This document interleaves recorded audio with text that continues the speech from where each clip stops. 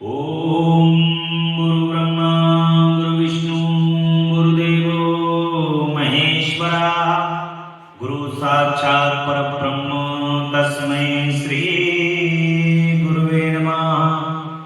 अखण्डमण्डलाकारं व्याप्येन चराचरं तत्पदं दर्शितं देवं तं नमामि गुरुदेव। बोल गुरु भगवान की जय।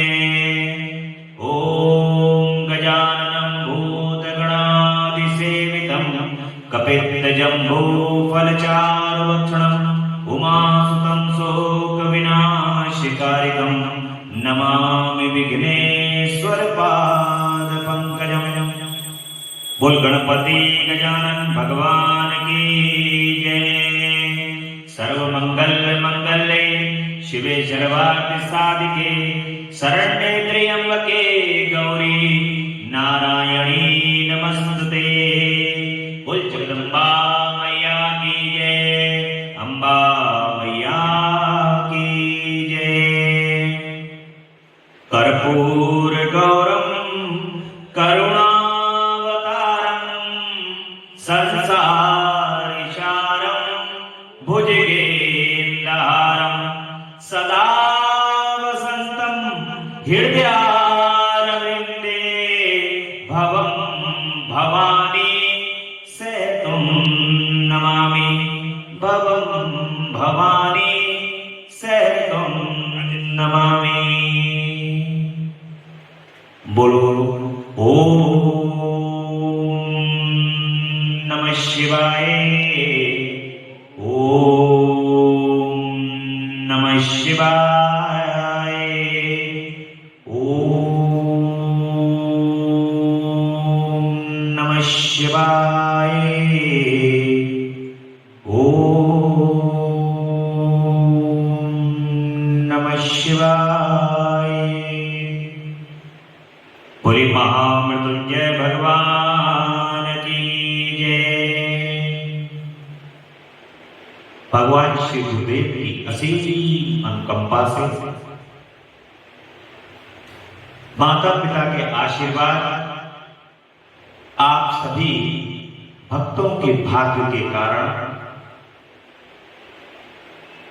माता आद्या शक्ति जगदम्बा परांबा पराशक्ति काली मां के श्री चरण कमल में बैठ करके आज आपको भगवान की श्री कथा को सुनते सुनते 12वां दिवस, द्वादश दिवस और द्वादशी की तिथि भी भगवान को अति प्रिय है। द्वादशी में त्रयोदशी का जब मिलन होता है तो प्रदोष काल कहलाता है, प्रदोष का दिन कहलाता है। और आज ये कथा भी द्वादश दिवस है और त्रयोदश दिवस है प्रवेशः, यानी कि द्वादश दिवस से त्रयोदश दिवस की ओर प्रवेश कर रही है। तो भगवान की परम उत्तम कथा, परम कल्याणकारी, जिसने भगवान शिव और जगदम्बा के श्री चरण कमल में स्नेह को बढ़ाने का कार्य किया है। और भगवान सर्वप्रथम अपनी कृपा से यदि कोई कार्य करते हैं, कैसे कोई व्यक्ति भगवत मार्ग की ओर कैसे अग्रसर होता है। कोई भी व्यक्ति सर्वप्रथम भगवान के कोई भी कार्य जब कहीं पर भी हो रहा हो, चाहे कोई शिवालय हो या भगवान का कोई मंदिर हो, तो वो व्यक्ति वहां पर पहुंच करके सबसे पहले उसके मन के अंदर जिज्ञासा होती है कि ये स्थान किस प्रकार का, जिसके प्रारब्ध भक्ति से जुड़े हुए प्रारब्ध होते हैं, वो सर्वप्रथम आध्यात्म से जुड़ा हुआ व्यक्ति भगवत स्थान पर पहुंचता है और भगवत स्थान पर जाकर के देखता है ये स्थान किस प्रकार से यहाँ पर भगवान की सेवा हो रही है, भगवान का किस प्रकार से पूजन हो रहा है, और इस स्थान पर बैठ करके मेरे मन को किस प्रकार से शांति प्राप्त हो रही है। और ये जिज्ञासा को लेकर के प्रत्येक व्यक्ति भगवान की ओर आकर्षित है। ये प्रथम सीढ़ी है। और उस सीढ़ी के बाद उसके मन के अंदर स्वयं में ये जिज्ञासा उत्पन्न होती है कि मैं खुद जाऊं भगवान के मंदिर के अंदर और उस जिज्ञासा के अनुरूप अपने भगवान के दर्शन करूं। और जब वो भगवान के श्री दर्शन करने के लिए भगवान के मंदिर में प्रवेश करते हैं तो उसके मन को बड़ा सुकून और बड़ी शांति प्राप्त होती है। वो शांति, वो सुकून, वो आनंद जो जीवन के अंदर उसने कहीं प्राप्त नहीं किया था, वो भगवान के दर्शनों को करके प्राप्त होता है।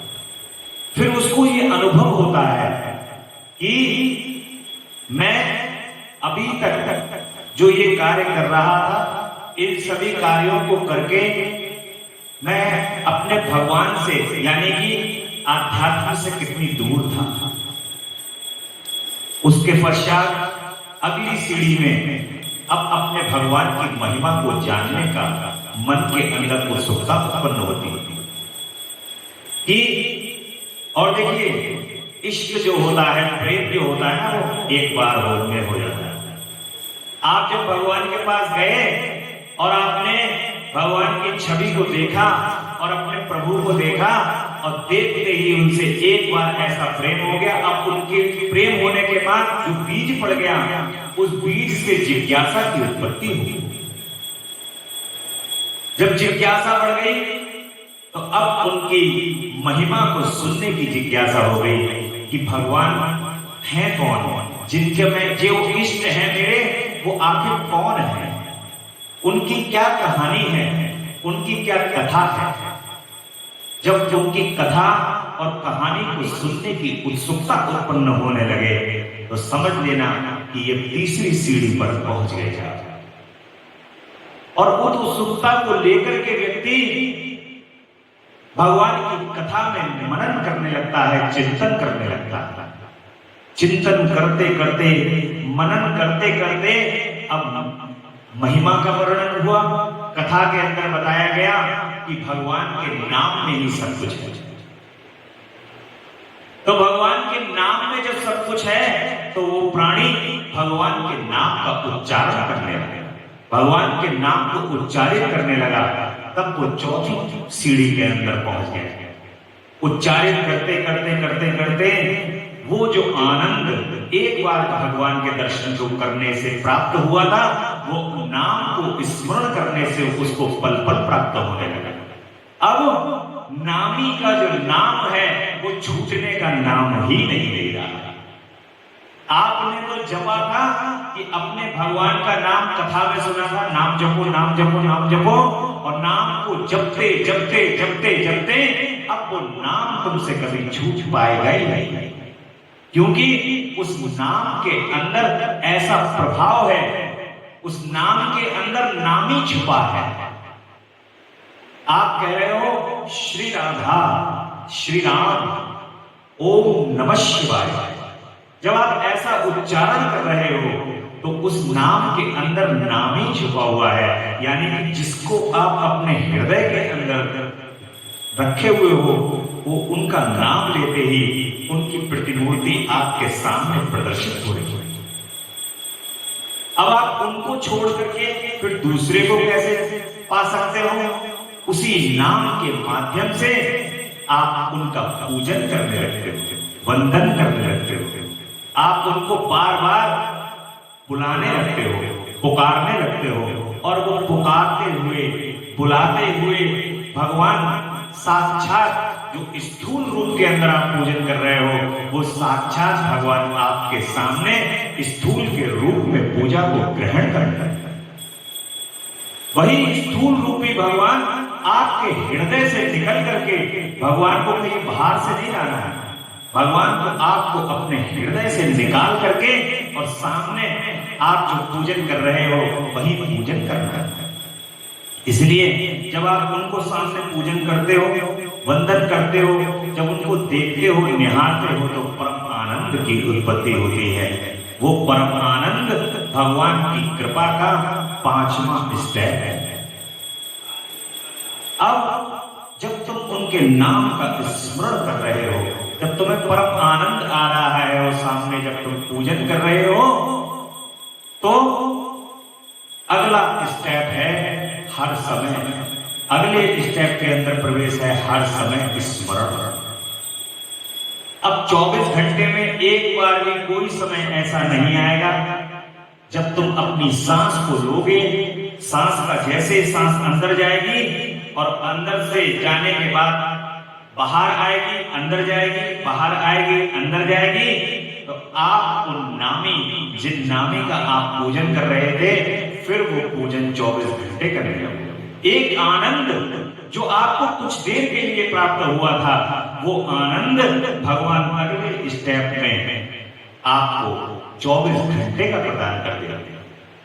लेकिन वो आनंद प्राप्त करने के लिए अपने भगवान के लिए हर समय स्मरण करना है। उन्होंने तो आपको मौका दिया है, आपके पास पूरा मौका है करने का और भगवान के नाम को उच्चारित करने का और लेने का। आपको बस केवल प्रयास करना है। कल बात चल रही थी प्रयास की, थोड़ा सा प्रयास करना है और परीक्षा में सफल होना है।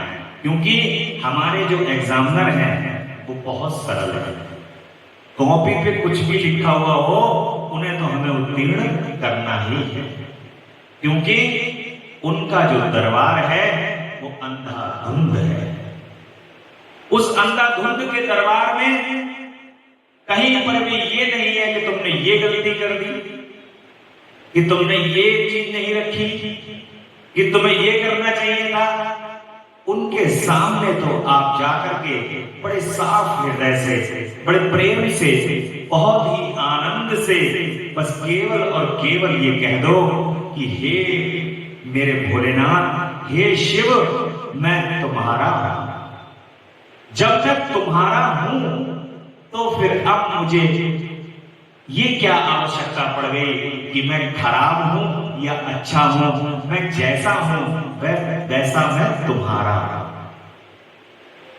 इसलिए बड़े प्रेम से, बड़े साफ मन से, हृदय से भगवान को पल पल, क्षण क्षण, प्रत्येक क्षण केवल केवल स्मरण करना है। और स्मरण का माध्यम भगवान ने हमें प्रदान किया है श्रावण मास में कथा के माध्यम से। ये परम आनंदमयी और भगवान की ये एक ऐसी कथा है जो साक्षात भगवान शिव का आपसे साक्षात्कार करा देगी।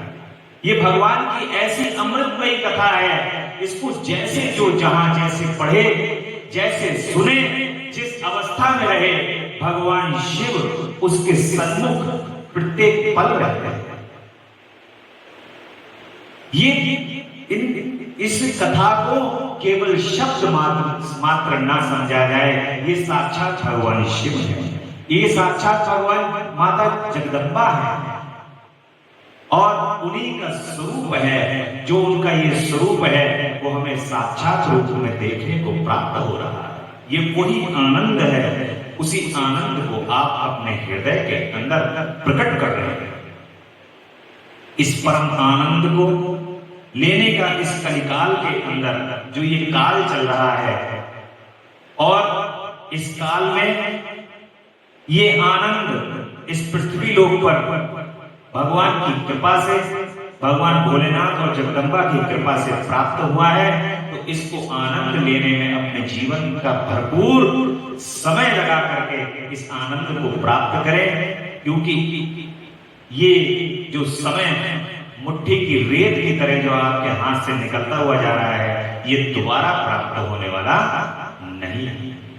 इसलिए कल की कथा में भगवान के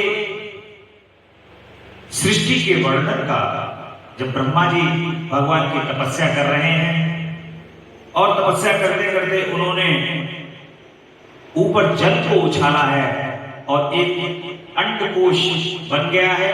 उस अंडकोश के अंदर कोई निर्जीव है, वो किसी भी प्रकार की सृष्टि की जब उत्पत्ति नहीं होती, तो 12 वर्ष तक लगातार भगवान विष्णु की वो तपस्या करते हैं। और भगवान विष्णु की तपस्या करने के बाद भगवान विष्णु प्रकट होते हैं और भगवान विष्णु कहते हैं कि भगवान शिव की शरणागत, क्योंकि वो ही सृष्टि के रचयिता हैं, उसके अन्यत्र अन्य कोई सृष्टि की रचना नहीं कर सकता, इसलिए भगवान शिव से प्रार्थना करो कि सृष्टि की रचना करें।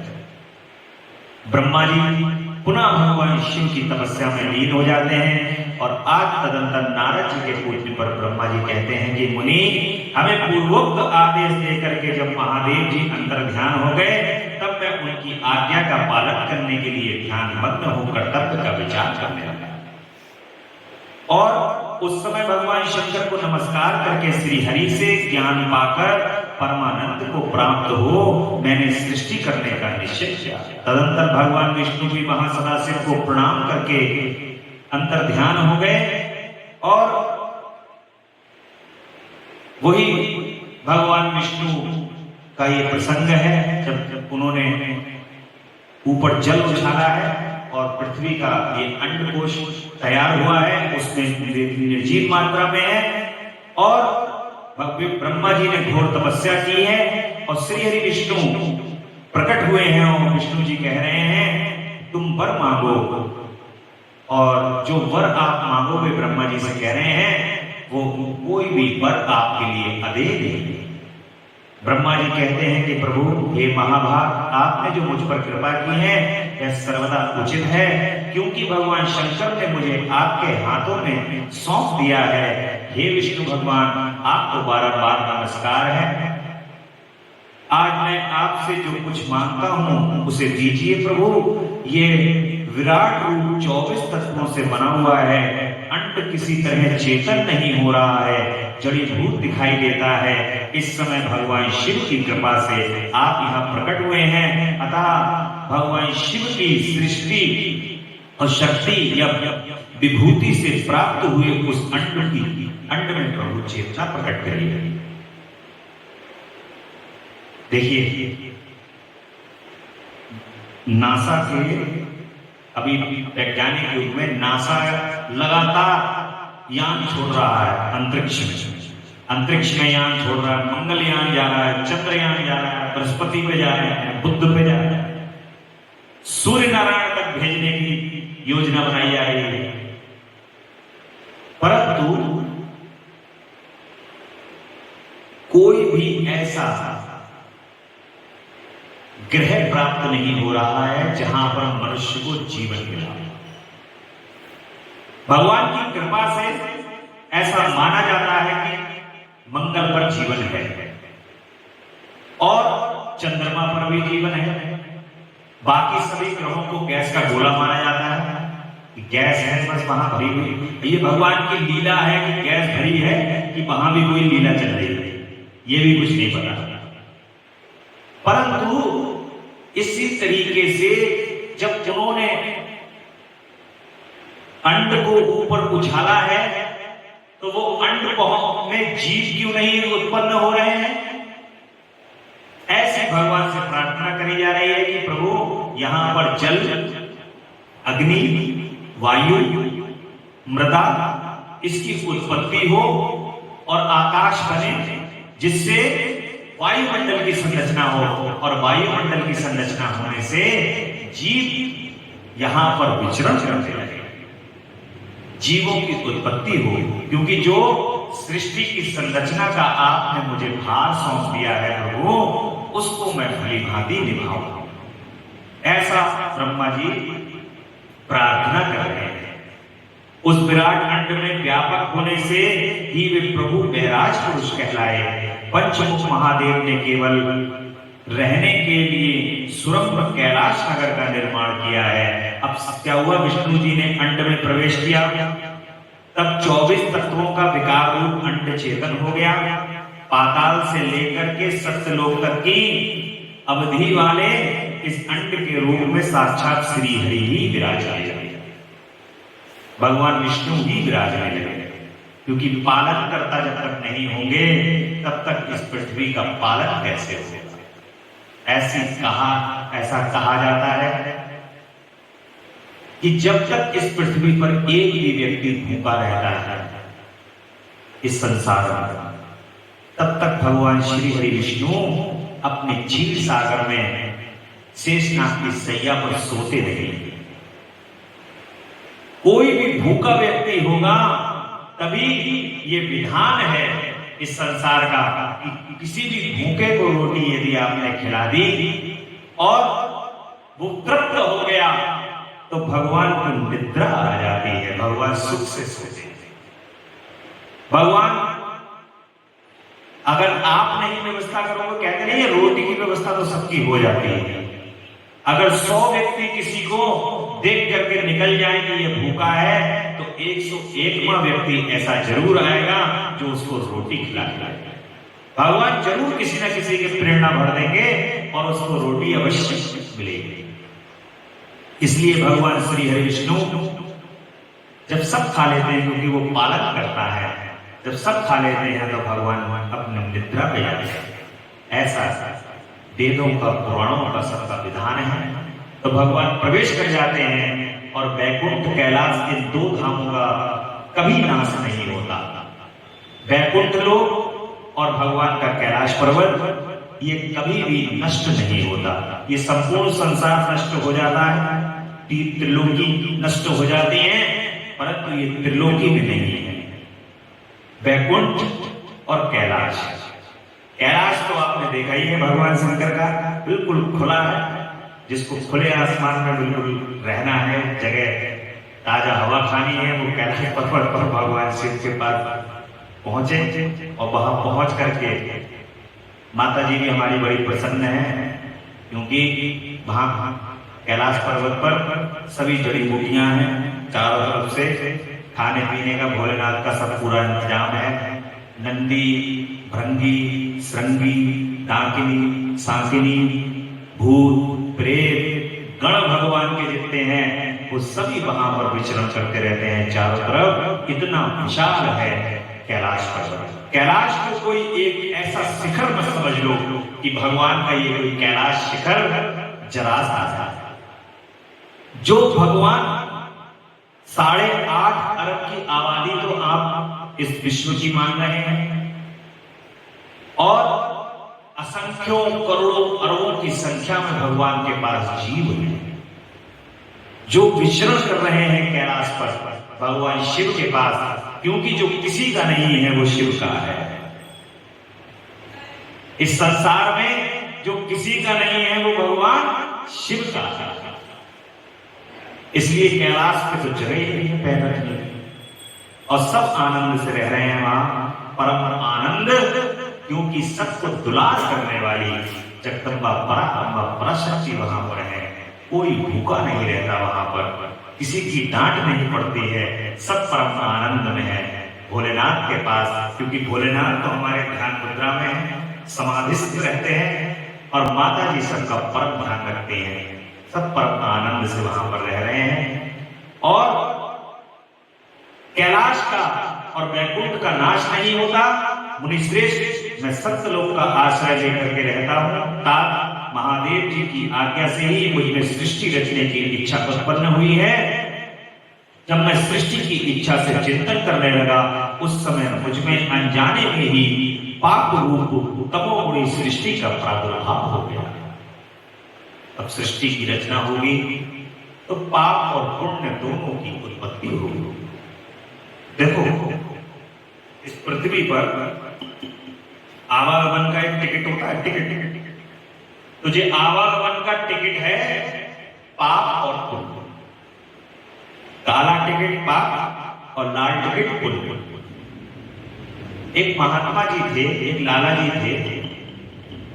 तो लाला जी को जब पूरा जीवन निकल गया, बहुत धन कमाया, इससे झूठ बोला, उससे सच बोला, किसी को कोई चीज बेच दी, किसी को कुछ कर दिया, करोड़ों अरबों रुपया लाला जी ने ढेर लगा लिया अपने पास।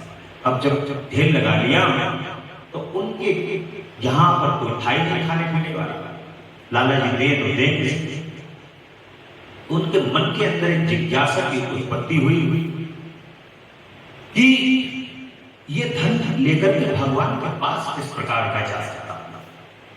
उन्होंने सोचा ये करोड़ों अरबों रुपया जो कोई नहीं कर पाया अभी तक, मैं भी तो कुछ ना कुछ ऐसा उपाय सोचूं कि जिससे ये करोड़ों रुपया धन जो है वो अपने साथ जब अपने शरीर छोड़ के जाऊं तो इसको लेकर के जाऊं।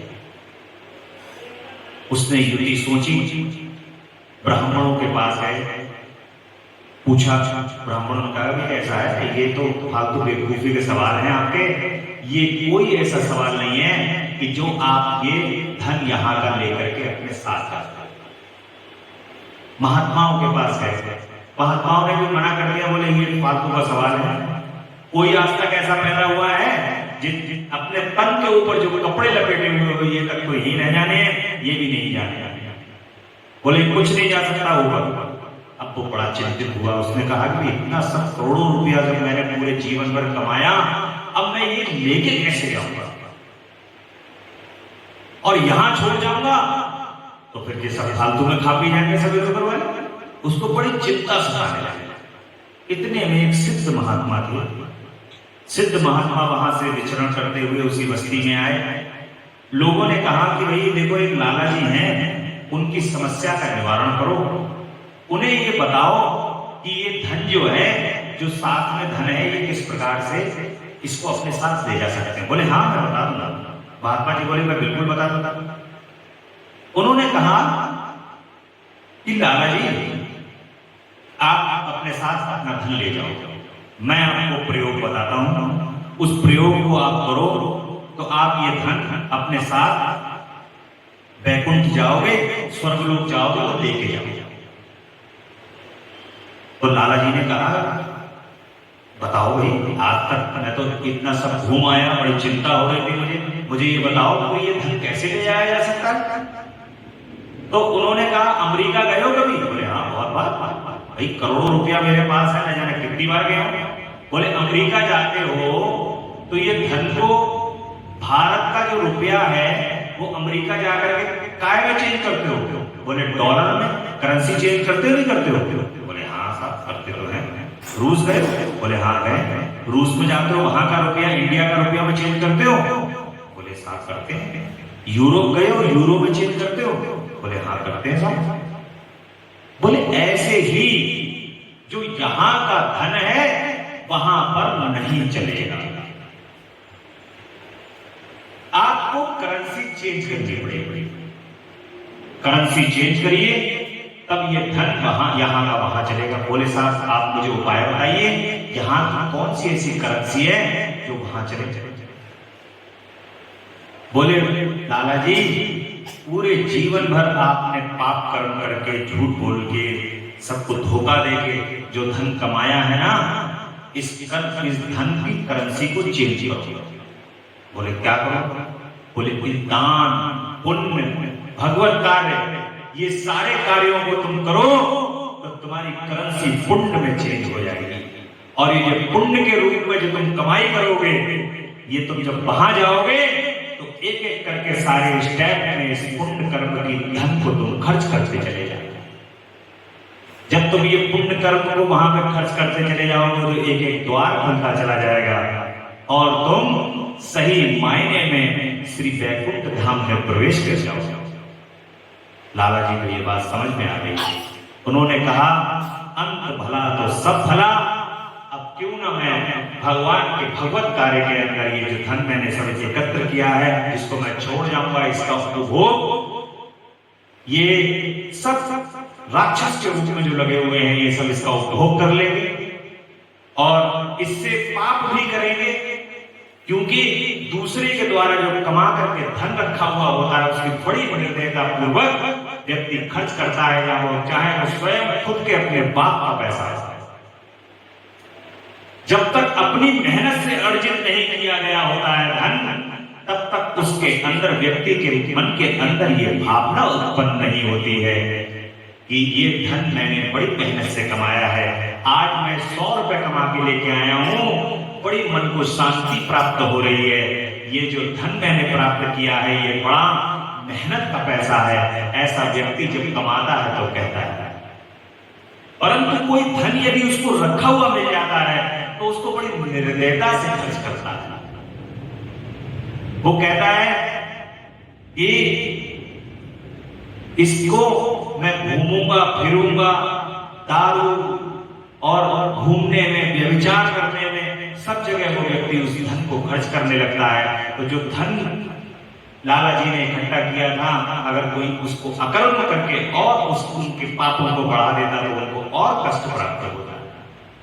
परंतु समय रहते जब उनको ये समझ में आया तो उन्होंने उससे पुण्य करना शुरू कर दिया, और पुण्य करके जो उन्होंने करेंसी कमाई, उस करेंसी से स्वयं साक्षात भगवान के दर्शन प्राप्त कर लिए।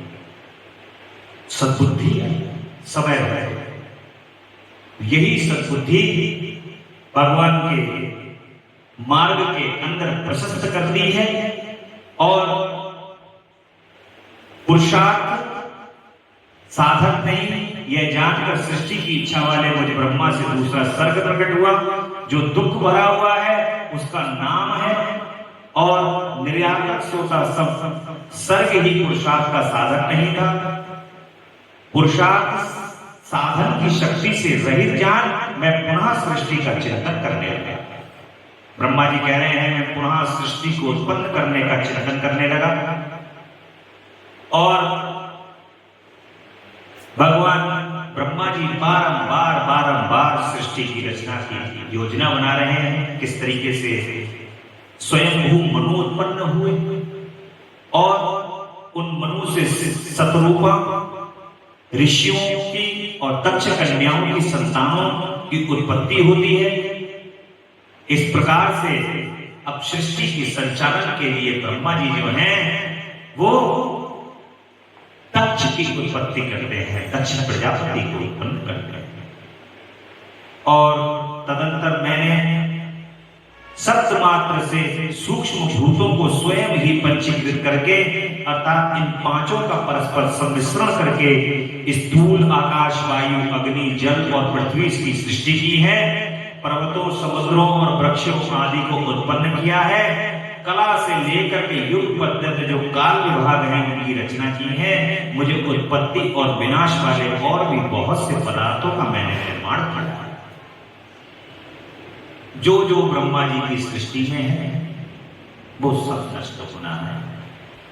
ब्रह्मा जी ने जिस जिस चीज की सृष्टि में रचना की है वो सारी रचना समाप्त होनी है। मैं मनुष्य, परंतु ब्रह्मा जी की सृष्टि से जो अलग है वो कैलाश और वैकुंठ है। उसी वैकुंठ का एक छोटा सा भाग है भगवान जो अपने साथ इस पृथ्वी लोक पर लेकर के आए हैं, वो है श्री वृंदावन धाम में भगवान का वास, यमुना जी, श्री गोवर्धन जी और गोपियां, भगवान वहां की गाय जो दिव्य गाय हैं, ये भगवान जो अपने साथ लेकर के आए हैं, ये ब्रह्मा जी की सृष्टि से परे हैं। ब्रह्मा जी अब उस जब सृष्टि का नाश होगा तो ये चीजें पुनः इस पृथ्वी पर, पृथ्वी क्या भगवान अपने साथ ले जाते हैं, और पुनः जब सृष्टि की रचना हो रही है तो भगवान फिर से स्थापित करते हैं। साधना प्राण पुरुषों की सृष्टि की, अपने दोनों नेत्रों से मारीची को हृदय से, भृगु को सिर से, अंगिरा को ज्ञान वायु से, मुनि श्रेष्ठ पुलक को दानव वायु से, पुलस्त्य को समान वायु से, वशिष्ठ को अपान से, क्रतु को दोनों कानों से, अत्रि को प्राणों से, दक्ष को गोद से, तुम को छाया से, कर्दम को मुनि से, तथा संकल्प से समस्त साधनों के साधन धर्म को उत्पन्न किया। मुनि श्रेष्ठ इस तरह एक उत्तम साधकों की सृष्टि करके महादेव की कृपा से मैंने अपने आप को कृतार्थ माना। हे तात, तत्पश्चात संकल्प से उत्पन्न हुए धर्म मेरी आज्ञा से मानव स्वरूप धारण करके साधक की प्रेरणा से साधन में लग गए। इसके बाद मैंने विभिन्न अंगों से देवता, असुर आदि के रूप में असंख्य पुत्रों की सृष्टि करके उन्हें भिन्न भिन्न शरीर प्रदान किए। हे मुनि, तदंतर अंतर्यामी भगवान शंकर की प्रेरणा से अपने शरीर को दो भागों में विभक्त कर मैं दो रूप वाला हो गया। हे नारद, आधे शरीर से मैं स्त्री हो गया और आधे से मैं पुरुष हो गया। अब स्त्री और पुरुष दोनों की आवश्यकता है इस संसार को, सृष्टि को पालन करने के लिए। तो ब्रह्मा जी दो भागों में विभक्त हो गए, एक भाग में स्त्री हो गए और एक भाग से पुरुष हो गए। उस पुरुष ने उस स्त्री के गर्भ से सर्वसाधारण समर्थ उत्तम जोड़े को उत्पन्न किया। उस जोड़े में जो पुरुष था वही स्वयंभू मनु के नाम से प्रसिद्ध हुआ। स्वयंभू मनु उच्च कोटि के साधक हुए तथा जो स्त्री हुई वह सतरूपा कहलाई, वह योगिनी एवं तपस्विनी हुई। मनु ने वैवाहिक विधि से अत्यंत सुंदरी सतरूपा का पाणी ग्रहण किया और उससे जो सृष्टि उत्पन्न हुई उन्होंने सतरूपा से प्रियव्रत और उत्तानपाद नामक दो पुत्र हुए, जिनकी 3 कन्याएं उत्पन्न हुई। कन्याओं के नाम थे आकृति, देवहूति और प्रसूति। ये मनु वंश से लेकर के आज तक की जो परंपरा है, भगवान ब्रह्मा जी ने जो दो भागों के अंदर विभक्त किए हैं स्त्री और पुरुष में, तो आकृति, देवहूति और प्रसूति। मनु ने आकृति का विवाह प्रजापति रुचि के साथ किया। मझली पुत्री देवहूति कर्दम का विवाह 2 और उत्तानपाद की सबसे छोटी बहन प्रसूति प्रजापति दक्ष को दे दी। उनकी संतान परंपराओं से समस्त चराचर जगत में व्याप्त है। रुचि से आकृति के गर्भ से यज्ञ और दक्षिणा नामक स्त्री पुरुष का जोड़ा उत्पन्न हुआ। यज्ञ के दक्षिणा से बाहर पुत्र हुए, 12 पुत्र हुए। मुनि कर्दम द्वारा देवहूति के गर्भ से बहुत सी पुत्रियां हुई और दक्ष की प्रसूति से 24 कन्याएं। उनमें से श्रद्धा आदि 13 कन्याएं विवाह 13 आदि कन्या का विवाह दक्ष ने धर्म के साथ कर दिया। मुनीश्वर धर्म की उन पत्नियों के नाम सुनो: श्रद्धा, लक्ष्मी, धृति, तुष्टि, पुष्टि, मेधा, क्रिया, बुद्धि, लज्जा, वसु, शांति, सिद्धि और कीर्ति। ये सब 13 कन्याएं हैं। इनमें से छोटी जो शेष 11 सुलोचना कन्याएं थी उनके नाम हैं ख्याति, सती, संभूति, स्मृति, पीति, क्षमा, सन्नति, अनुसुईया, ऊर्जा, स्वाहा तथा सुधा। भृगु, शिव, मारीच, अंगिरा, मुनि, पुलस्त्य, पुलह, मुनि श्रेष्ठ, क्रतु, अत्रि, वशिष्ठ, अग्नि और पितरों ने क्रमशः इन ख्याति आदि कन्याओं का पाणी ग्रहण किया। भृगु आदि मुनि श्रेष्ठ साधक हैं। इनकी संतानों से चराचर प्राणियों सहित सारी त्रिलोकी भरी हुई है। तो भृगु ऋषि जो थे उनकी संतानों से चराचर प्राणियों से त्रिलोकी भरी हुई है। इस प्रकार अंबिकापति महादेव की आज्ञा से अपने पूर्व कर्मों के अनुसार बहुत से प्राणी असंख्य श्रेष्ठ द्विजों के रूप में उत्पन्न हुए हैं। कल्प भेद से दक्ष के 60 कन्याएं बताई गई हैं। हर कल्प में अलग अलग कथा हो जाती है, कहानी हो जाती है, फिर से यही रिपीट होगा। और उनमें से दक्ष कन्याओं का विवाह उन्होंने धर्म के साथ कर दिया है। 27 कन्याएं चंद्रमा को ब्याह दी गई हैं और विधि पूर्वक 13 कन्याओं का हाथ दक्ष ने कश्यप ऋषि के हाथ में दे दिया है और नारद उन्होंने 4 कन्याएं श्रेष्ठ रूप वाले अरिष्ट देवी को ब्याह दी तथा प्रभु अंगिरा और कुछ कृशाश को 2 कन्याएं अर्पित की हैं। उन स्त्रियों से उनके पतियों द्वारा बहुसंख्यक चराचर प्राणियों की उत्पत्ति हुई है। हे मुनि श्रेष्ठ, दक्ष ने महात्मा कश्यप को जिन 13 कन्याओं का विधि पूर्वक दान दिया था उनकी संतानों से सारी त्रिलोकी व्याप्त है। स्थावर और जंगम कोई भी सृष्टि ऐसी नहीं है जो कश्यप की संतानों से शून्य हो। हे देवता, ऋषि, दैत्य, वृक्ष, पक्षी, पर्वत तथा तृणलता आदि सभी कश्यप पत्नियों से पैदा हुए हैं। इस प्रकार दक्ष कन्याओं की संतानों से सारा चराचर जगत व्याप्त है। जिसका कोई भी गोत्र ना हो उसका कश्यप गोत्र है। काश्यप गोत्रे जन्मे, इसलिए सब इस चराचर जगत में कश्यप ऋषि की संतान है। और पाताल से लेकर के सप्तलोक पर्यंत समस्त ब्रह्मांड निश्चय ही उनकी संतानों से सदा भरा रहता है, इससे कभी खाली नहीं होता। इस तरह भगवान शंकर की आज्ञा से ब्रह्मा ने भली भांति सृष्टि की रचना कर दी है। पूर्व काल में सर्वव्यापी शंभु ने जिन्हें तपस्या के लिए प्रकट किया था तथा रुद्रदेव ने त्रिलोकी के अग्रभाग पर रख करके जिसकी सदा रक्षा की, वे ही सती देवी लोक हित का कार्य संपादित करने के लिए दक्ष के घर प्रकट हो गई हैं। बोल जगदम्बा रानी की जय। उन्होंने भक्तों के उद्धार के लिए अनेकों लीलाएं। इस प्रकार देवी शिवा ही सती हैं, भगवान शंकर से जिनका विवाह हुआ है, किंतु पिता के यज्ञ में पति का अपमान देकर उन्होंने अपने शरीर को त्याग दिया है, फिर उसे ग्रहण नहीं किया। वे अपने परम पद को प्राप्त हो गई हैं। फिर देवताओं की प्रार्थना से ही शिवा पार्वती के रूप में पुनः प्रकट हो जाए और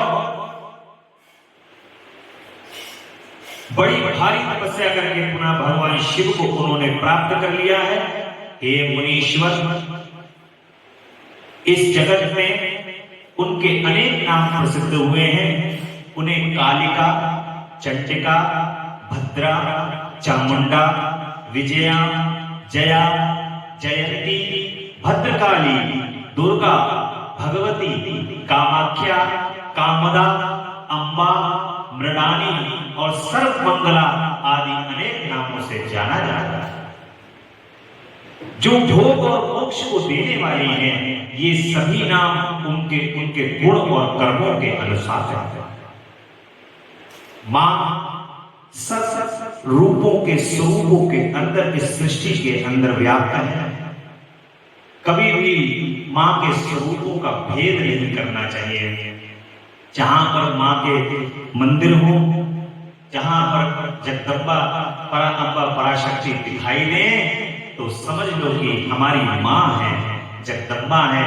उनको तुरंत बारंबार मस्तक नवाते हुए प्रणाम करना चाहिए, क्योंकि जगत जननी इस संसार में हम भक्तों का लोक कल्याण करने के लिए ही भगवान शिव के साथ प्रकट हुई और हमारा, वरना इस संसार के अंदर हमारा कल्याण कौन करता? मां की कृपा से ही हमारा कल्याण हो रहा है। मुनि श्रेष्ठ नारद, सृष्टि क्रम का तुमसे वर्णन किया गया है और ब्रह्मांड का यह सारा भाग भगवान शिव की आज्ञा से मेरे द्वारा रचा जाता है। मैं विष्णु तथा रुद्र, ये तीनों देवता गुणभेद से उन्हीं के रूप बतलाए गए हैं। प्रणव अक्षर के मध्य ये तीनों एका। प्रणव से इस पूर्ण संसार की उत्पत्ति हुई है और ये प्रणव में ब्रह्मा, विष्णु और महेश ये तीनों व्याप्त हैं। एक अक्षर ओम नासा ने और इसरो ने, ये दोनों ने बताया है कि इस ब्रह्मांड में एक ध्वनि चलती है और वो ध्वनि जब रिकॉर्ड की गई तो ओम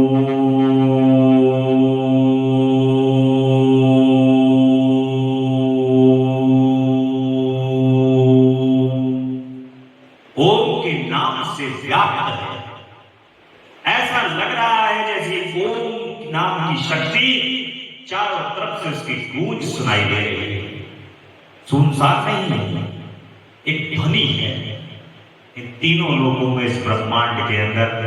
और वही प्रणव जो हमारी रक्षा कर रहे हैं तीनों देव, ब्रह्मा विष्णु और महेश इस पूरे ब्रह्मांड के अंदर व्याप्त है और वो प्रणव के रूप में जगदम्बा पराम्बा पराशक्ति व्याप्त है, जो हमें ऊर्जा प्रदान कर रहे हैं।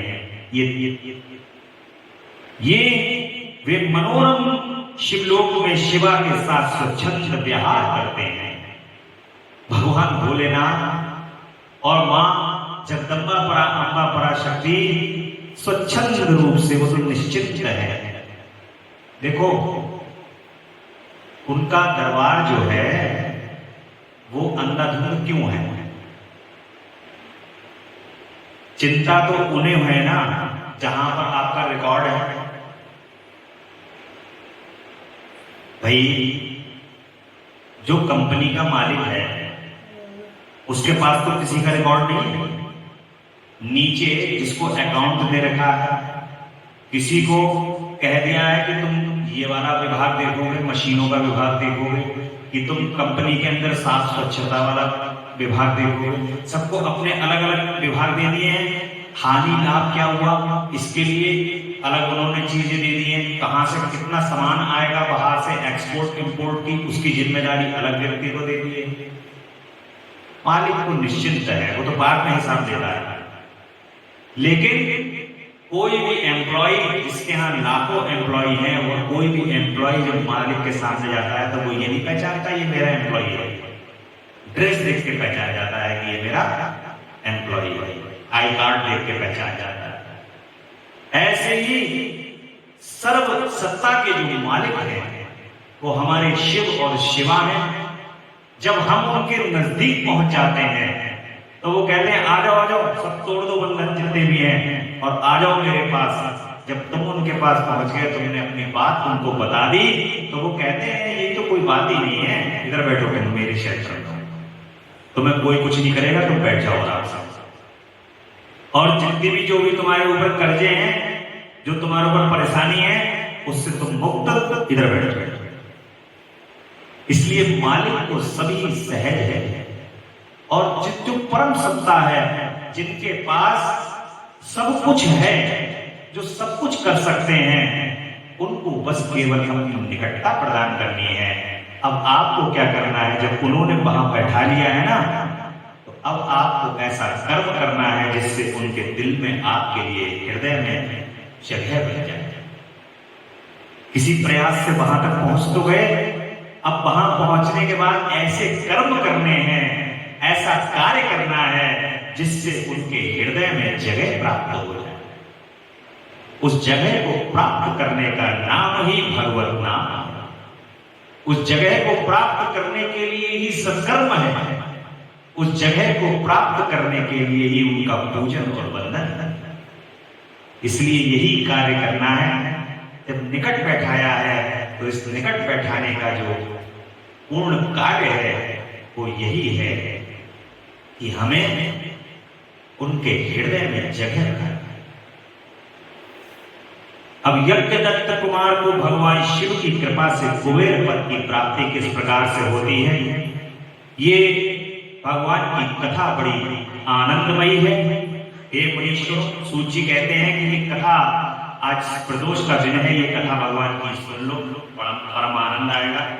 कि एक यज्ञदत्त कुमार है, बड़े साधारण व्यक्ति हैं। कौन? जिसको भगवान कुबेर बना दिया, कोई मालिक वाली बात आ गई। और सूची कहते हैं कि मुनीश्वरों, ब्रह्मा जी की ये बात सुनकर नारद जी ने विनय पूर्वक उन्हें प्रणाम किया और पूछा कि भगवान, भक्त वत्सल भगवान शंकर कैलाश पर्वत पर कब गए और महात्मा कुबेर के साथ उनकी मित्रता कैसे हुई, तो कब हुई? परिपूर्ण मंगल विग्रह महादेव जी ने यहाँ क्या किया, ये सब मुझे बताइए। इसे सुनने के लिए मेरा मन बहुत व्याकुल है। ब्रह्मा जी कहते हैं कि नारद, चंद्रमौली भगवान शंकर के चरित्र का वर्णन करता हूं। वे कैसे कैलाश पर्वत पर गए और कुबेर की उनके साथ किस प्रकार से मित्रता हुआ। कामपिल्य नगर में यज्ञदत्त नाम से एक प्रसिद्ध ब्राह्मण थे जो बड़े सदाचारी थे। उनके एक पुत्र हुआ, जिसका नाम था गुणनिधि। ये गुणनिधि नाम का बड़ा दुराचारी और जुआरी था, जो इनका पुत्र हुआ है यज्ञदत्त का, और पिता ने अपने उस पुत्र को त्याग दिया। जब देखा कि ये पुत्र जो है वो अपनी लाइन से हटा हुआ है, तो कहा कि इससे मेरा कोई संबंध नहीं। वह घर से निकल गया और कई दिनों तक भूखा भटकता रहा। अब ये गुणनिधि घर से निकल गया और रास्ते में भूखा ही भटकता रहा। एक दिन नैवेद्य चुराने की इच्छा से एक शिव मंदिर में पहुंच गया। इसने देखा कि भगवान को बड़े बड़े अच्छे फल फ्रूट जो है वो चढ़ रहे हैं, और ये भगवान के ऊपर चढ़े हुए फल जो हैं ये मैं खा लूंगा तो मेरे उदर की भूख शांत हो जाएगी, क्षुधा शांत हो जाएगी।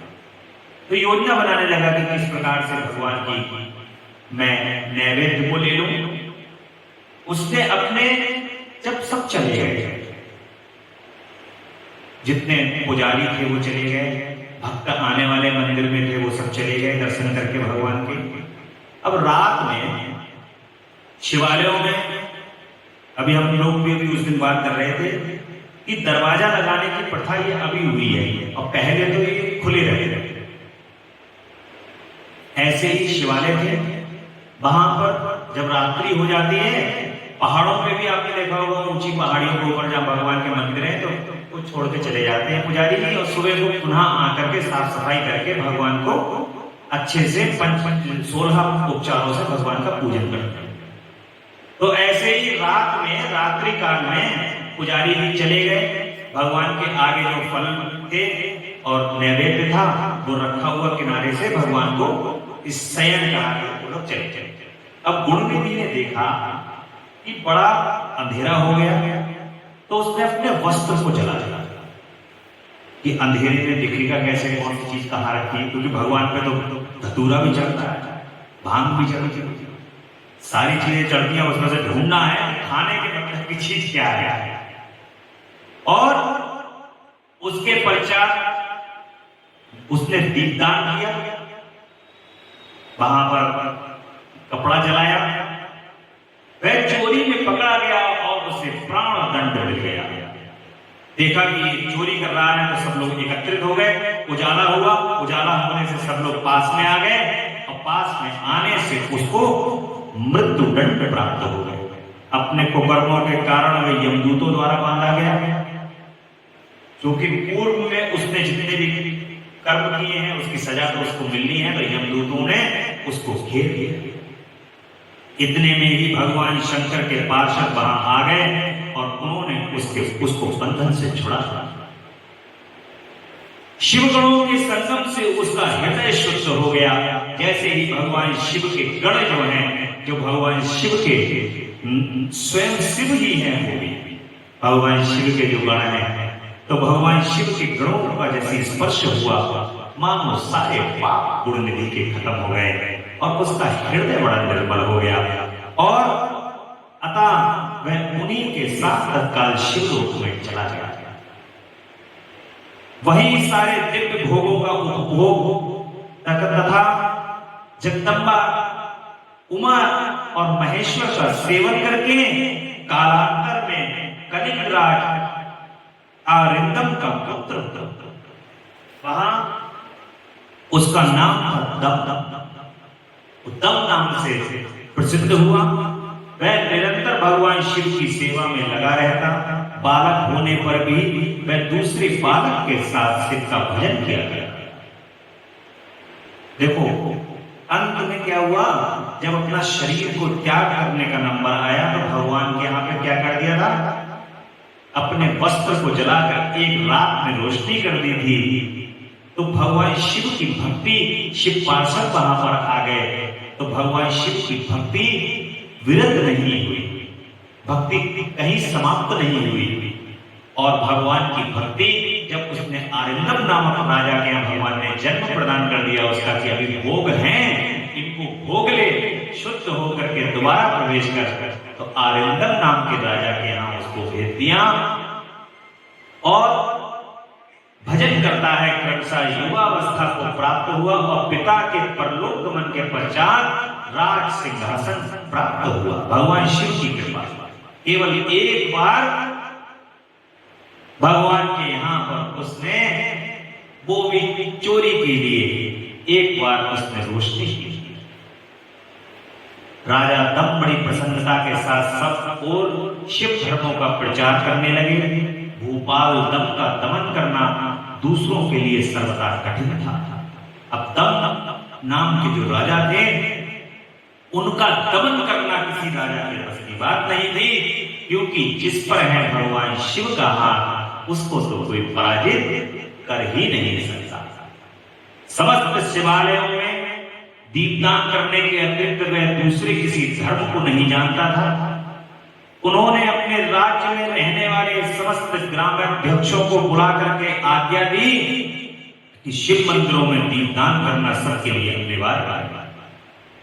भगवान शिव के मंदिर में सब दीपक जलाओ, और ऐसा उसने आदेश प्रदान किया। जिस ग्रामाध्यक्ष के गांव के पास जितने शिवालय हैं वहां बिना कोई विचार किए सदा दीप जलना चाहिए। आजीवन इसी धर्म का पालन करने के कारण राजा दम ने बहुत ही धर्म संपत्ति संचय कर, फिर वे काल के धर्म अधीन हो गए और दीपदान की वासना से युक्त होने के कारण उन्होंने शिवालयों में बहुत से दीप जलवाए और उसके फलस्वरूप जन्मांतर में वे रत्नमय दीपों की प्रभा के आश्रय हो अलकापुरी के स्वामी बना दिए। भगवान की एक दिव्य लोकपुरी है अलकापुरी, दिव्य भगवान का लोक है। नीचे भगवान के अंदर दान करते करते करते करते भगवान ने अलकापुरी में उनको अधिपत्य प्रदान कर दिया है। और केवल किसका फल है? एक बार भगवान के यहाँ पर वस्त्र जला करके रोशनी कर दी और रत्नमय दीपों के प्रभाव के आश्रय हो उनको अलकापुरी का स्वामी बना दिया गया। और भगवान शिव के लिए किया हुआ थोड़ा सा भी पूजन आराधन समय अनुसार महान फल देता है, ऐसा जानकर उत्तम सुख की इच्छा रखने वाले लोगों को भगवान शिव का भजन अवश्य करना चाहिए।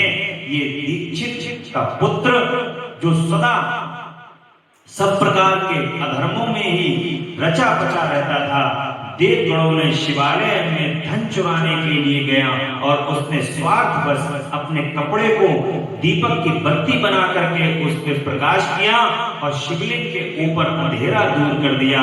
इस सत्कर्म के फलस्वरूप वह कलिंग देश का राजा हुआ और धर्म ने उसका अनुराग हो गया। फिर दीप की वासना का उदय होने से शिवालय में दीप जलाकर उन्होंने दिक्पाल का पद प्राप्त कर लिया। भगवान ने उसको दिक्पाल बनाया। भगवान देखिए किस प्रकार से प्रमोशन करते चले जा रहे हैं और दिक्पाल बना लिया। मुनीश्वर देखो तो सही, कहां उसका वह कर्म और कहां दिक्पाल की पदवी जिसका वह राधा अंधा धुंध दरबार, राधा रानी अंधा धुंध दरबार, बस भगवान शिव में और श्री राधा रानी में कोई भेद नहीं। देवी भागवत में स्पष्ट रूप से लिखा हुआ है कि भगवान शिव ही स्वयं श्री राधा रानी का स्वरूप है और जगदम्बा कालिका जो है वो स्वयं भगवान श्री कृष्ण है। ऐसा स्पष्ट रूप से जो है वो श्री देवी भागवत के अंदर लिखा हुआ है। और यही क्रिया देखने में हमें आती है, जैसा हम कहते हैं कि वहां कोई भी कर्म नहीं देखा जाता है, ऐसे भगवान शिव के यहाँ भी कोई कर्म देखा नहीं जाता। ये तो उनके ऊपर शिव के संतुष्ट होने की बात बताई गई है। अब एक चित्त होकर ये सुनो कि किस प्रकार सदा के लिए उनकी भगवान शिव के साथ मित्रता हो गई। मैं इसका प्रसंग तुमसे वर्णन करता हूं।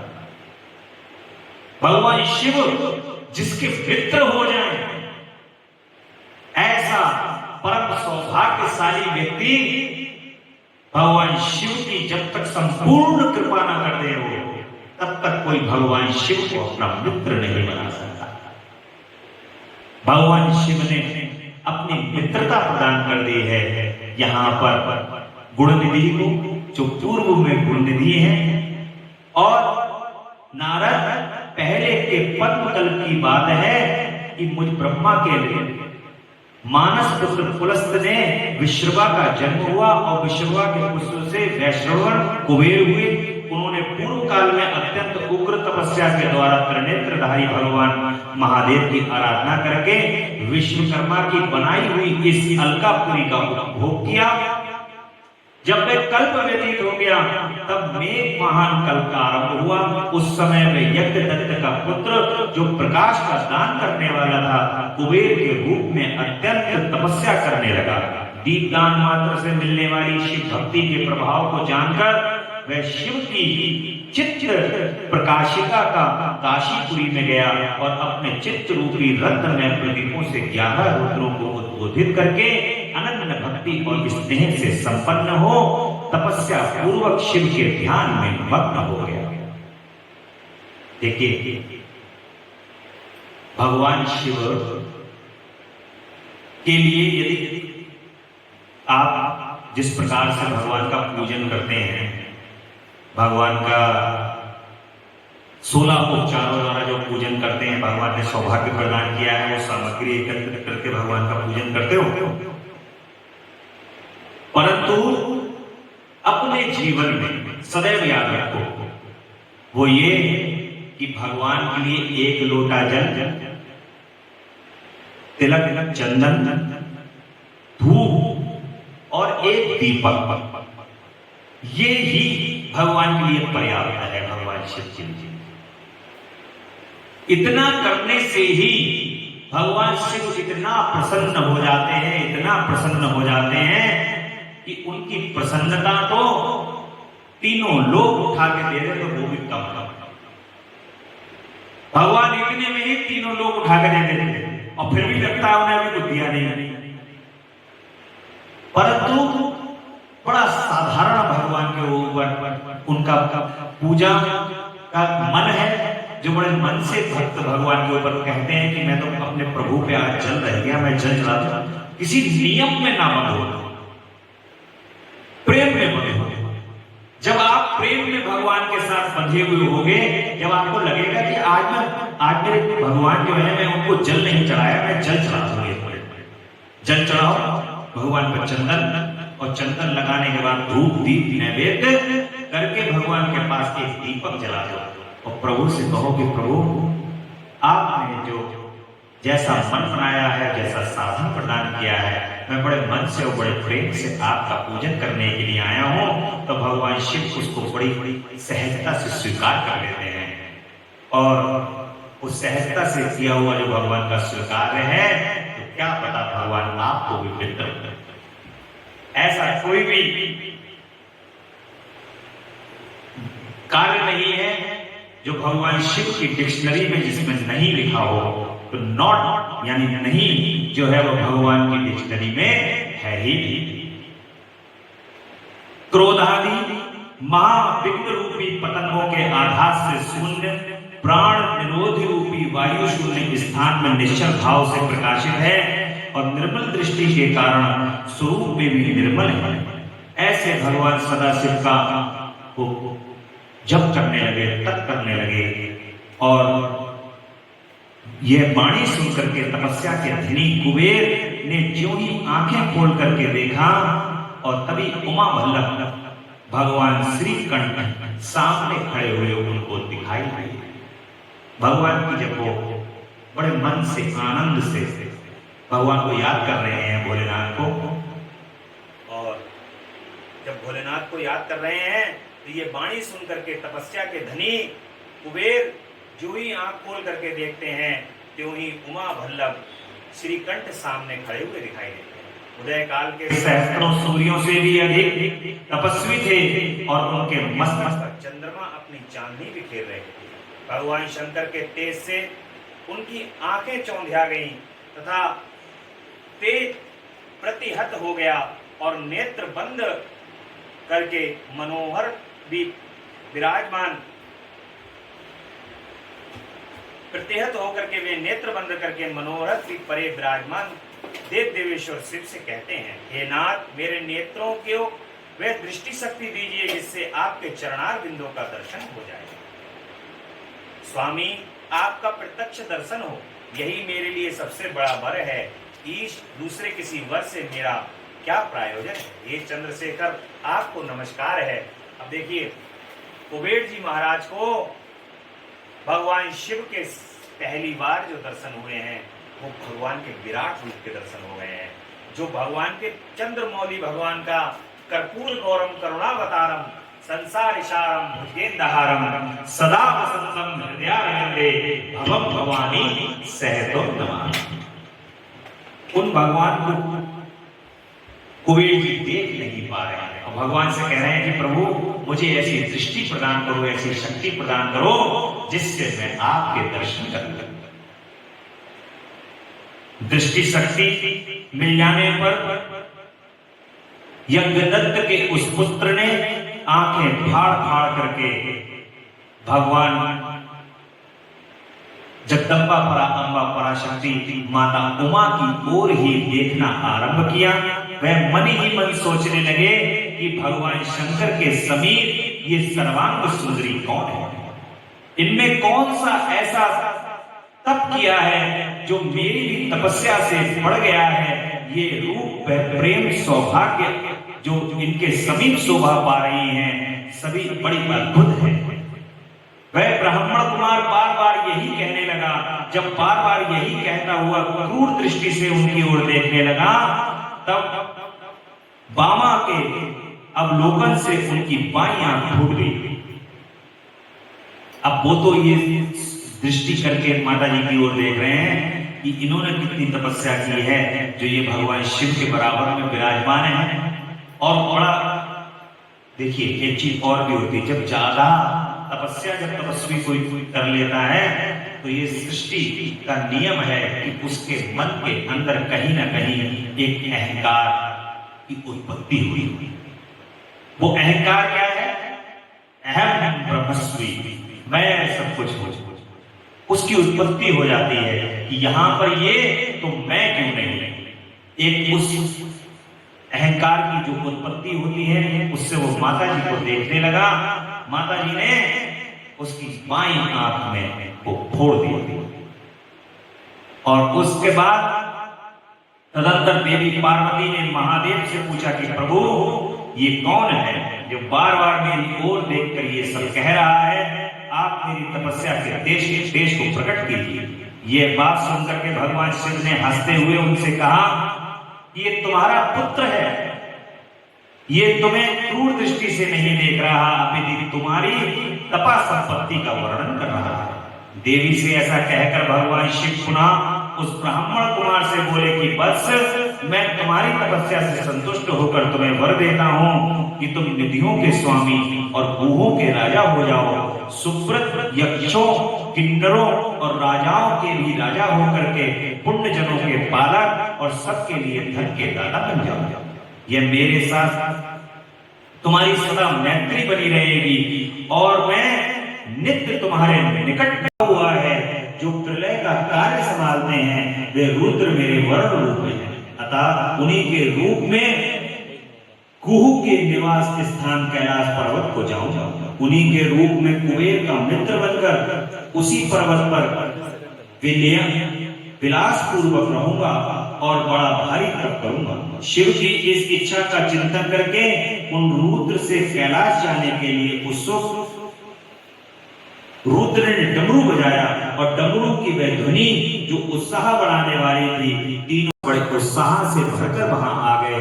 भगवान शिव के समस्त पार्षद एवं सर्वलोक वंदित महाभाग गणपाल कहीं भी थे वहां आ गए। इतना कहकर ब्रह्मा जी ने आए हुए गणपालों और नालोक पूर्वक विस्तृत परिचय दिया। इस प्रकार कहना आरंभ किया, वे बोले कि वहां असंख्य महाबली गणपाल पधारे हैं। वे सबके सब सहस्त्रों भुजा से युक्त थे और मस्तक पर जटा का ही मुकुट धारण किए हुए थे। सभी चंद्रचूर्ण, नीलकंठ, त्रिलोचन, हार कुंडल केयूर मुकुट आदि से अलंकृत थे और वह मेरे श्री विष्णु के तथा इंद्र के समान तेजस्वी जान पड़ते थे। अणिमा आदि 8 सिद्धियों से घिरे थे तथा करोड़ों सूर्यों के समान उद्दित हो रहे थे। उस समय भगवान शिव ने विश्वकर्मा को उस पर्वत पर निवास स्थान बनाने की आज्ञा दी और भक्तों के साथ दूसरों के रहने के लिए यथा योग्य आवास तैयार करने का आदेश दिया। इस प्रकार तब विश्वकर्मा ने भगवान शिव की आज्ञा के अनुसार उस पर्वत पर जाकर शीघ्र ही नाना प्रकार के ग्रहों की रचना की। फिर श्री हरि की प्रार्थना से कुबेर ने अनुग्रह करके भगवान शिव सानंद कैलाश पर गए। विश्वकर्मा जी ने कैलाश पर्वत पर निवास बनाया भगवान का और कुबेर जी के कहने पर भगवान शिव कैलाश पर्वत पर आ जाते हैं। उत्तम मुहूर्त में अपने स्थान में प्रवेश करके भक्त वत्सल परमेश्वर सदाशिव सबको प्रेम से स्नात किया और सबके साथ आनंद से भरे हुए श्री विष्णु आदि समस्त देवताओं मुनियों और सिद्धों ने शिव का प्रसन्नता पूर्वक अभिषेक किया।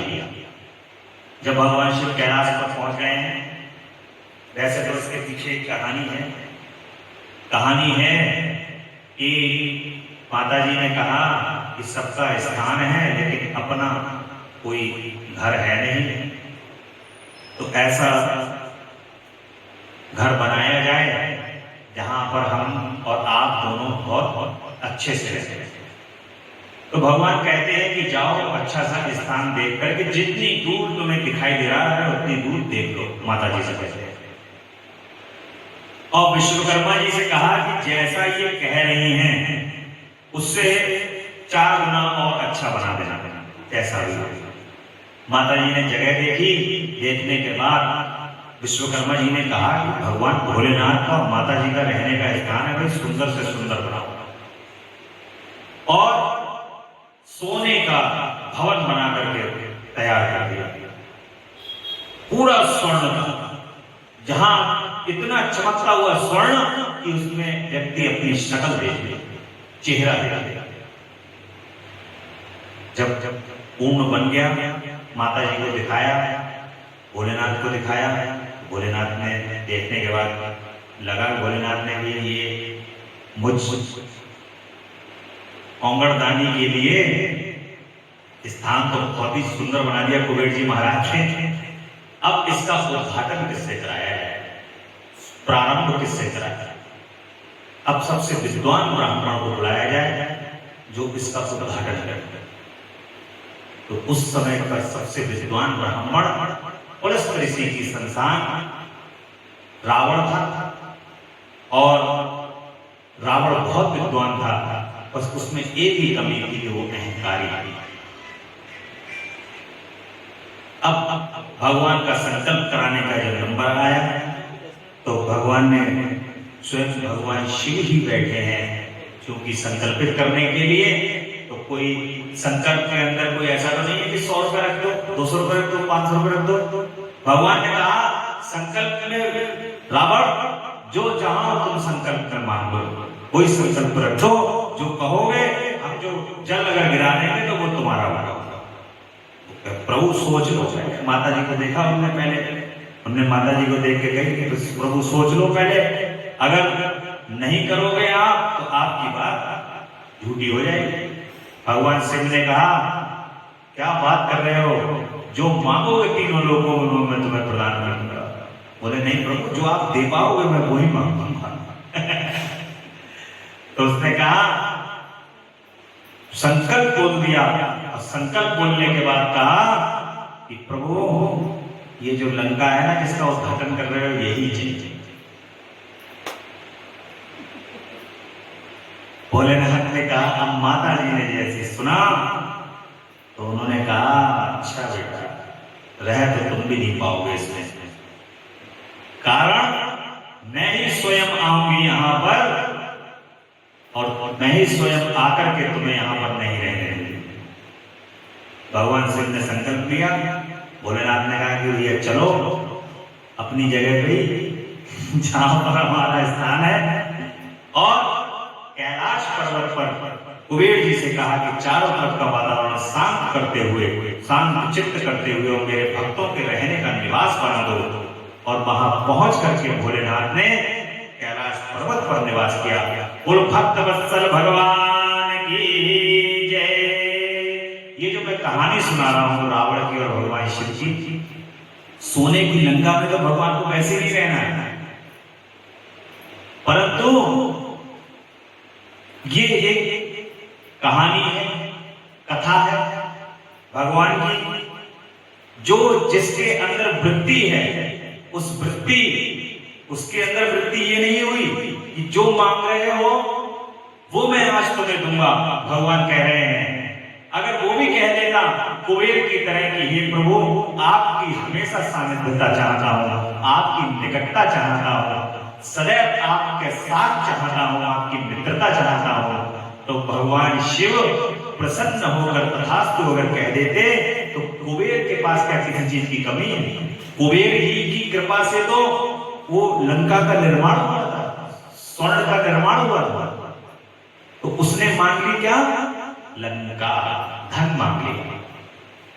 जो अर्थ धन को मांगता है वो भगवान से दूर हो जाता है। सदैव भगवान की सानिध्यता मांगो, भगवान का साथ मांगो। जब उनकी सानिध्यता और उनका साथ होगा, जब भगवान ही तुम्हारे साथ होंगे। ऐसी गलती और इस काल में किसने की? ऐसी गलती की दुर्योधन। महाभारत में जब भगवान श्री कृष्ण ने कहा कि मैं तो अस्त्र शस्त्र नहीं उठाऊंगा, प्रतिज्ञा करी भगवान ने और कहा कि ये मेरे बुआ के लड़के हैं और युद्ध में मैं साथ तो दूंगा नहीं। पांडवों से कहा कि मैं भी युद्ध तो लड़ूंगा नहीं, जिसके पास रहूंगा खिलाना पिलाना सेवा और करनी पड़ेगी उसको। और एक तरफ मेरी 18 अक्षौणी सेना है, ये 18 अक्षौणी सेना युद्ध लड़ेगी और इतनी सेना है, बहादुर सेना है मेरी, ये युद्ध लड़ेगी, जिधर हो जाएगी उधर युद्ध हो जाएगा, जीत जाएगा। दुर्योधन और पांडवों को दोनों को बुलाया, कहा कि भाई रिश्तेदारी में तुम दोनों बराबर हो, मैं किसी के साथ कम और ज्यादा नहीं कर सकता। मैं जो स्वयं हूं और दूसरा मेरी सेना है, ये दोनों का बंटवारा होना है। एक तरफ केवल मैं रहूंगा, एक तरफ मेरी सेना रहेगी। तुम दोनों में से सोच समझ लो और सोच समझ के ये फैसला कर लो कि मुझे कौन लेगा और मेरी सेना को। अब दुर्योधन के मन के अंदर चूंकि दुर्बुद्धि था, दुर्योधन पापासक्त था, पापों से घिरा हुआ था, तो उसके मन के अंदर एक दुर्भावना आई, कहीं ऐसा ना हो यार कि पांडव लोग पहले इनसे बात कर लें भगवान से और कह दें कि भाई सेना जो है वो इन्हें दे दो और मैं इनका क्या करूंगा यार, खिलाना पिलाना पड़ेगा, सेवा करनी पड़ेगी और भाई साहब देखभाल करनी पड़ेगी। और ऊपर से भाई साहब परेशान हो रहे हैं, ऐसा मत करो, ये मत करो, वो मत करो। तो एक काम करो, जैसे भी हो एक ऐसी युक्ति सोचते हैं जिससे सबसे पहले मुझे ही वरदान मांगने का इनसे मौका मिल जाए कि पहले मैं जय। दुर्योधन ने कहा कि हाँ ठीक है, सुबह जल्दी आप आ जाना, मैं आपको सुबह में बता दूंगा पहले, क्योंकि पहले मैंने कहा है इसलिए पहले मेरा नंबर होना चाहिए। तो भगवान ने कहा कि ठीक है, सुबह में जल्दी तैयार होके बैठ जाऊंगा, तुम लोग आ जाओ। सुबह प्रातः काल सबसे पहले दुर्योधन ने कहा कि ऐसा ना हो पांडव पहुंच जाए, जल्दी तैयार होकर के भगवान के पास पहुंच गया और उसने कहा कि हे प्रभु, आपके चरणों में मेरी प्रार्थना है कि मुझे आपकी जो सेना है वो सेना चाहिए। भगवान ने कहा बस हो गया हमारा काम, जो हम चाह रहे थे वही हुआ। ये दुर्बुद्धि दुर्योधन, तुम और कुछ मांग ही नहीं सकते थे, इसके अलावा जो भगवान को मांग लेता उसकी जीत तो स्वयं निश्चित ही थी। पांडवों ने कहा कि प्रभु, वो डर रहे थे पहले ही कहीं ऐसा ना हो कि वो आपको मांगे। हे मधुसूदन, कहीं दुर्योधन आपको ना ले ले। तो भगवान ने कहा चिंता मत करो, उसके चूंकि वो पाप से लिप्त है, सत्संग से दूर है, इसलिए वो ये बात कभी सोच ही नहीं रहा है, वो संख्या देख रहा है। उसके मन के अंदर ये भाव ही नहीं आएगा कि भगवान यदि मेरी तरफ हैं तो मेरी जीत निश्चित है, और यदि सेना जिधर है उधर तो हार ही हार है। भगवान ने कहा उसके मन में ये विचार नहीं आएगा, क्योंकि वो सत्संग से करोड़ों मील दूर है। वो मांगेगा तो बस सेना मांगेगा, बल मांगेगा। इसी प्रकार से भगवान किधर हुए? पांडवों की तरफ। और पांडवों की तरफ अकेले भगवान ने पूरा युद्ध बड़े से बड़े योद्धाओं को धराशायी करवा के जितवा दिया। तो ऐसे जिधर भगवान है, जिधर भगवान शिव है, उधर सब कुछ है। यही दुर्बुद्धि रावण के मन के अंदर वो पापासक्त था, पाप से युक्त था, इसलिए उसने सत्संग नहीं मांगा, भगवान का संग नहीं मांगा, भगवान का साथ नहीं मांगा। जब उसने भगवान का साथ नहीं मांगा तो गर्त में गया। इसलिए जो भगवान का जब यश, कीर्ति, मान, सम्मान, वैभव, धन, संपदा, सारी चीजें भगवान की कृपा से प्राप्त होती हैं, उनके साथ से प्राप्त होती हैं, उनकी सानिध्यता से ही प्राप्त हो जाती हैं। तो फिर हम अलग अलग इनको क्यों मांगे? हम एक ही को क्यों ना मांग लें कि हे प्रभु, हमें तो आप चाहिए। जब आप चाहिए तो आपके तो पीछे पीछे ये सब चीजें घूमती हैं।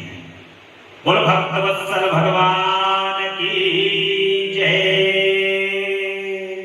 हर हर महादेव, हर हर महादेव। शिव शंभु कैलाशपति जगदम्बा रानी की जय।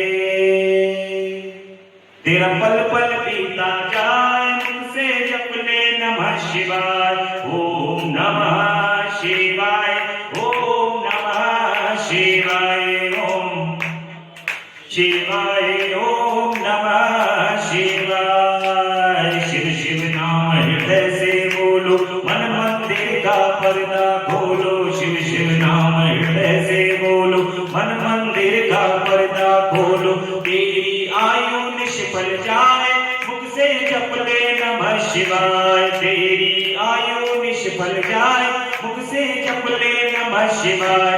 ओम नमः शिवाय, ओम नमः शिवाय, ओम नमः शिवाय, ओम नमः शिवाय। ये दुनिया पंछी का मेला, मानव टूट जाए अकेला। ये दुनिया पंछी का मेला, मानव टूट जाए अकेला। सगे संबंधी सब रह जाए, मुख से जप ले नमः शिवाय। सगे संबंधी सब रह जाए, मुख से जप ले नमः शिवाय।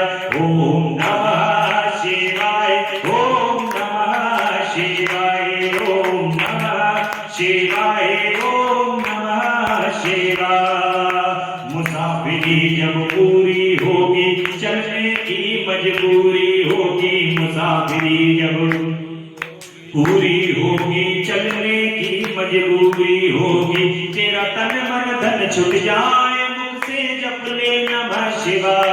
तेरा तन मन धन छुट जाए, मुख से जप ले नमः शिवाय। ओम नमः शिवाय, ओम नमः शिवाय, ओम नमः शिवाय, ओम नमः शिवाय। शिव पूजन में मस्त बने जा, भक्ति सुधारस पान किए जा। शिव पूजन में मस्त बने जा, भक्ति सुधारस पान किए जा।